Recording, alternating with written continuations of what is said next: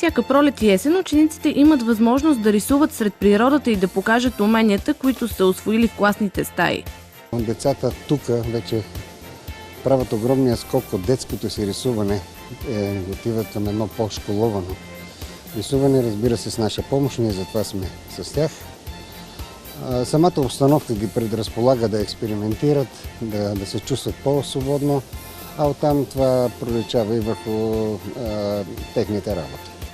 Често пленерите, които се организират от училището, се провеждат извън града, за да може учениците да се запознаят с различните архитектурни стилове. Последният изнесен пленер на 11-класниците от Благоевградската национална хуманитарна гимназия се е провел в Долно Драглище.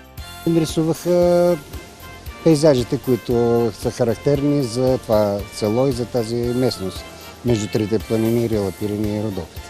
Учениците признават, че да рисуваш сред природата е много по-приятно и ползотворно, отколкото в класната стая. В принцип пленерите са много полезни и от училище да ги правят, защото така сме навънка, рисуваме неща, като в принцип в града няма възможност да рисуваме. И затова са добра идея. Първо много са полезни, понеже наистина ни трябва много време за да седнем да рисуваме нещо стойностно, понеже часовете в училище не са достатъчни.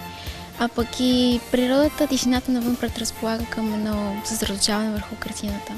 Спокойно е така, слагаш слушалки с музиката и рисуваш. Всеки сам избира какво да рисува и каква техника да ползва за своята картина. Просто се избрах, защото ми хареса в принцип езерото и гълъбите, всичко да ги рисувам. На този лист е най-добре да се използва акварел, затова ще използвам акварел. Обичам да рисувам дървета. С какво го рисуваш? С креда.